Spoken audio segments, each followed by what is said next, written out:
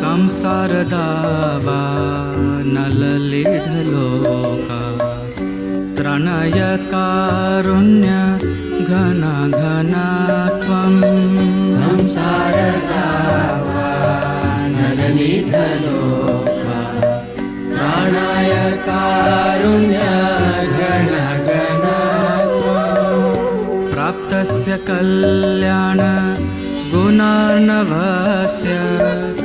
वन्दे गुरो श्री चरणारविन्दम् प्राप्तस्य कल्याण गुणार्णवस्य